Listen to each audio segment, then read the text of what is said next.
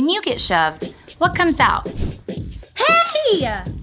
Just like a cup spills what's inside, when we're riled up or something tough happens, we spill what's inside too.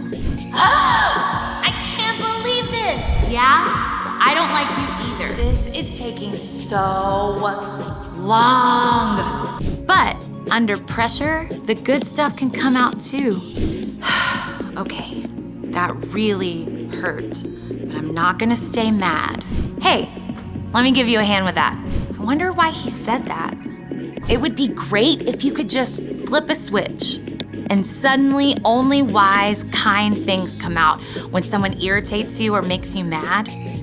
But it doesn't usually work that way. Instead, the more time you spend with Jesus reading and listening and praying, the more you become like Jesus on the inside. You start to become more loving, joyful, peaceful, patient, kind, good, faithful, and gentle. And over time, when something makes you mad, hey! Could you play with that somewhere else, please? You can start to respond to others with forgiveness, to show care and concern. You can start to love others like Jesus. Then God can work through you to change the world around you. That's why loving like Jesus is an amazing way to worship God with your life. It's a way to praise Him with all of your heart. Because worship is about more than just singing loud. It's all about living loud. I don't know, but I've been told. I don't know, but I've been told. Fire is hot and ice is cold. Fire is hot and ice is cold. I don't know, what can I say? I don't know, what can I say? The so-and-so show is today. The so-and-so show is today. Sound off. 1, 2, Sound off. 3, 4. Sound off. 1, 2, 3, 4. 1, 2, 3, 4. Oh man, that was fun. Oh man, that was fun. Yeah, that's funny. Oh, ha ha, yeah, that's funny. Okay, yeah, I get the joke. Okay, yeah, I get the joke. You can stop it now. You can stop it now. 1, 2, 3, 4. 1, 2, 3, 4. 1, 2, 3, 4. Are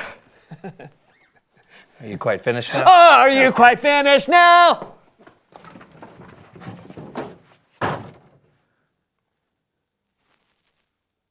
John just left and slammed the door.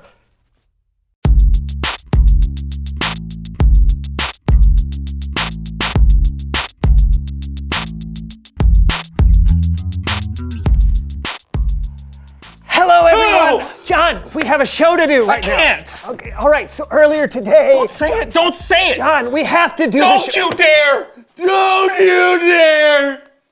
No. So, we just got back from a camp, and I told a story that apparently really scared John. I didn't think it was scary, but I don't know. I don't see how we're gonna get through the rest of the show. Look, they could be coming back at any second, Brandon. Any second! Who knows what they're gonna take this time? Maybe it's not gonna be snacks. Maybe it's gonna be our precious The artifacts! story is not real, John. I made it up. Oh, did you? Yes. Did you? Oh, okay. Brandon told this terrifying story. It's about a group of animal thieves, and it's the most terrifying animal ever. Squirrel?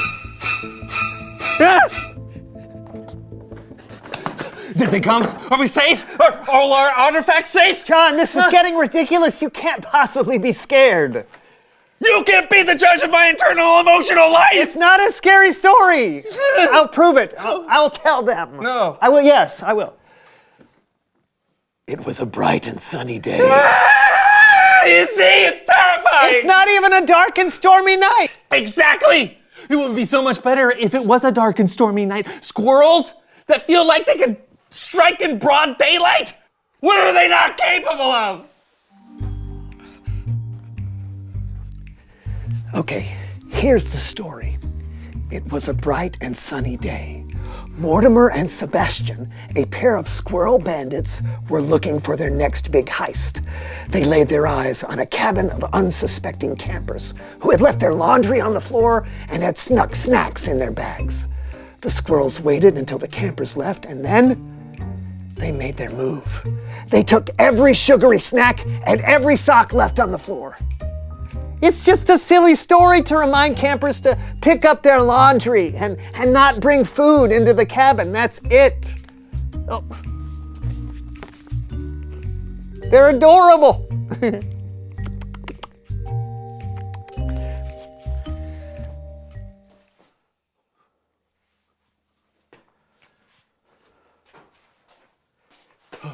What is going on now? Shh! I think I hear something. John, we have got to get on with the show. Why did you tell me that terrifying You story? have got to get over this unreasonable fear of squirrels. Unreasonable fear of squirrels? Yes. Unreasonable fear of... Shh! I hear something. Oh, they're coming! Lenny!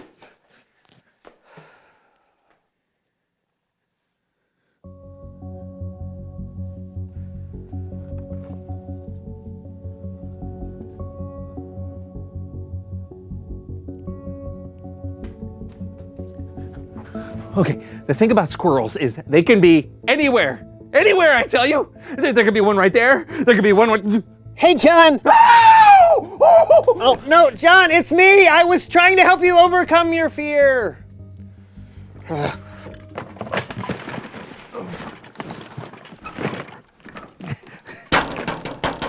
Hey, John, can you let me in, please? No, not yet. They're coming. The bandits are coming. No, John. No. It was me. No, don't worry. Everything is safe. Okay.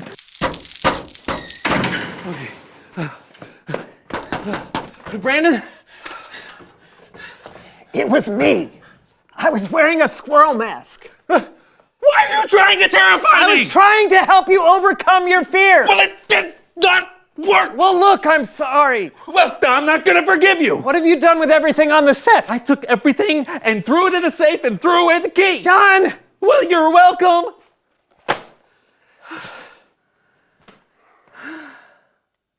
So, It's Bible story time with Kellen.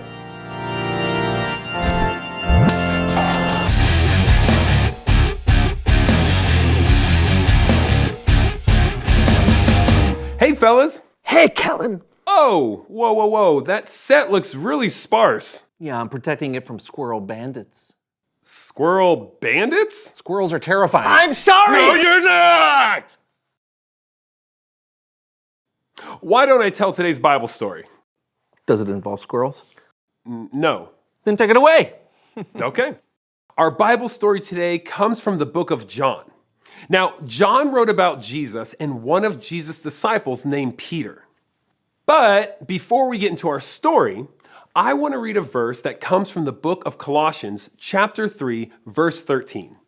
Put up with one another. Forgive one another if you're holding something against someone. Forgive just as the Lord forgave you. So it sounds like forgiveness is a really important thing. But if you've ever been hurt or angry at someone for something they've done, you know that forgiveness can be a really hard thing to do. I think that's one of the reasons Jesus showed us how to forgive when he was here. And we'll hear about that forgiveness firsthand as we go behind the Bible. All right, then let's go.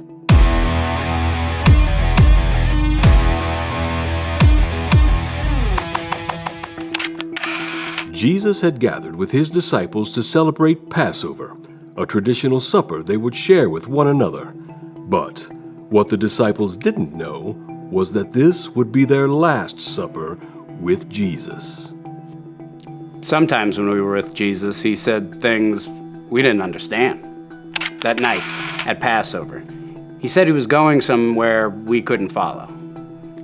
I didn't know where he meant, but I was sure that I could go with him. I said, I will give my life for you. And Jesus was like, would you really? And this part he made very clear. He said, before the rooster crows, you will say 3 times that you don't know me. I was thinking, no way. There's no way.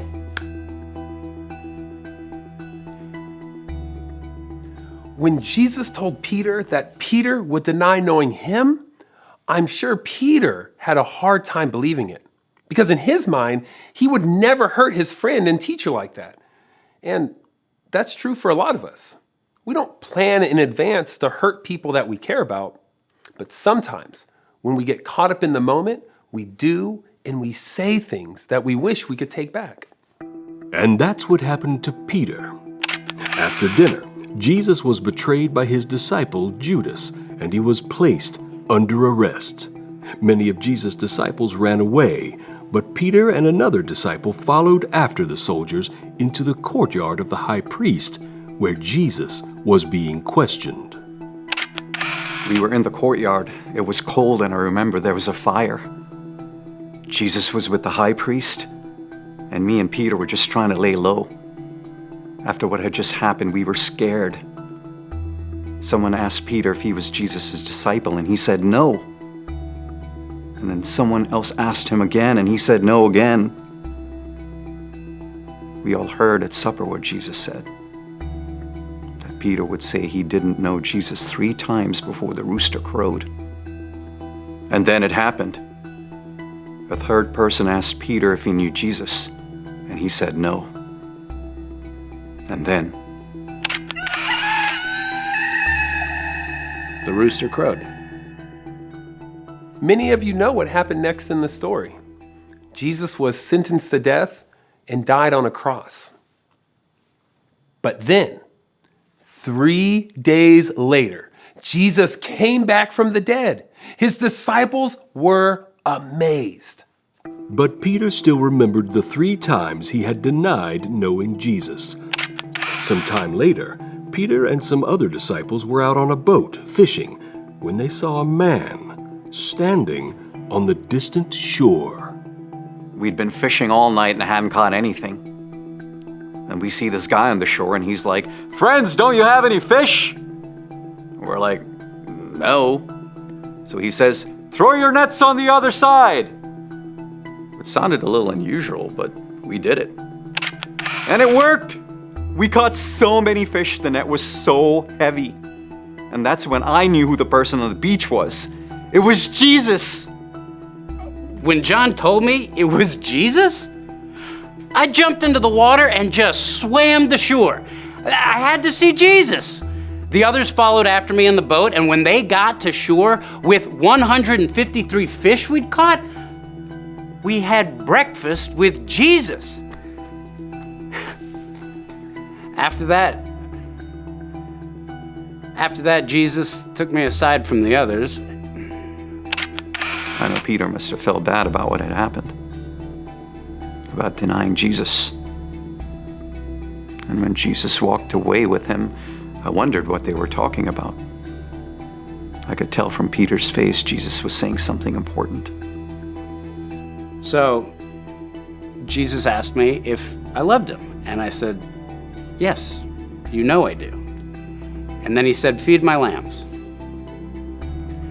And then he asked me again if I loved him, and I said, "Yes, you know I love you."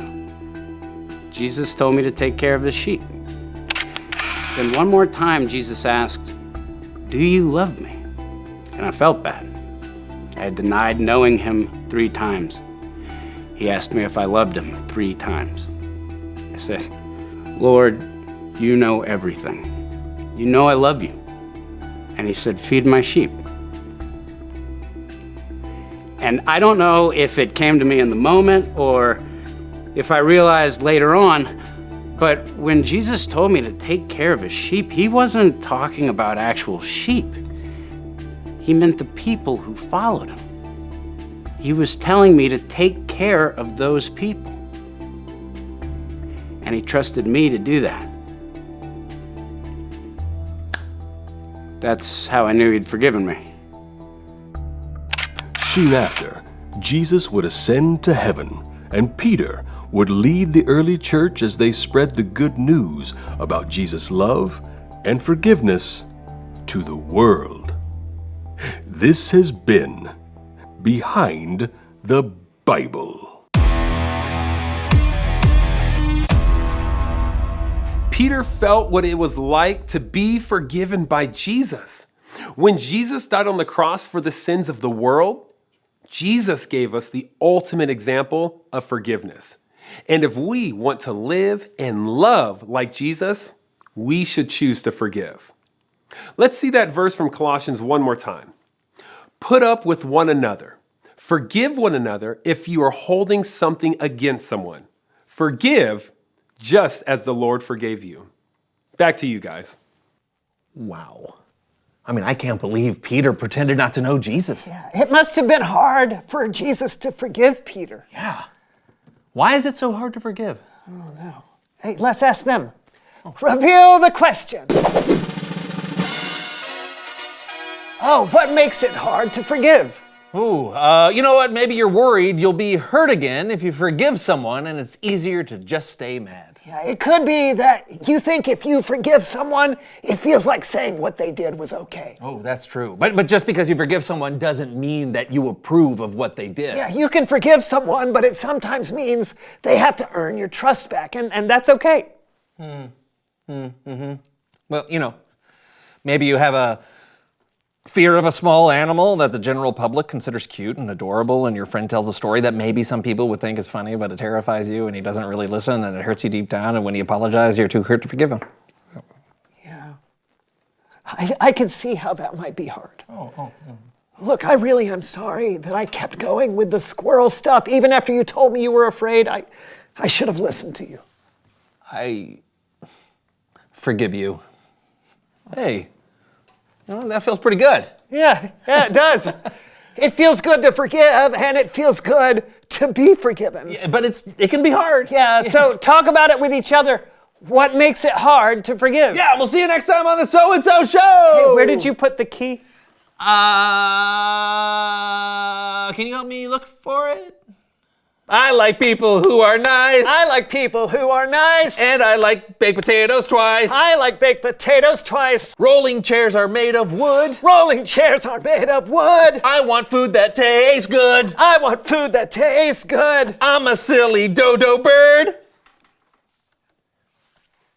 I said, I'm a silly dodo bird. Now I guess it's over. Now I guess it's over.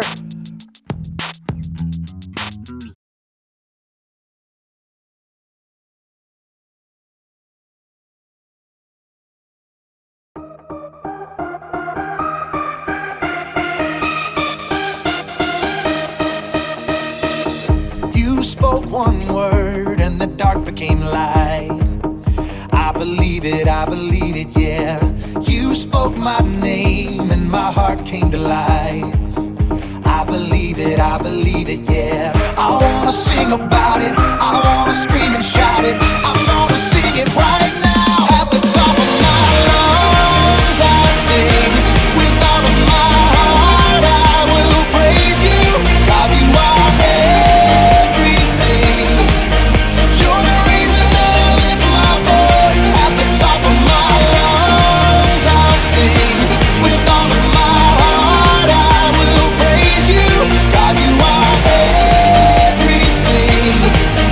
You're the reason that I lift my voice. At the top of my lungs. Yeah, at the top of my lungs.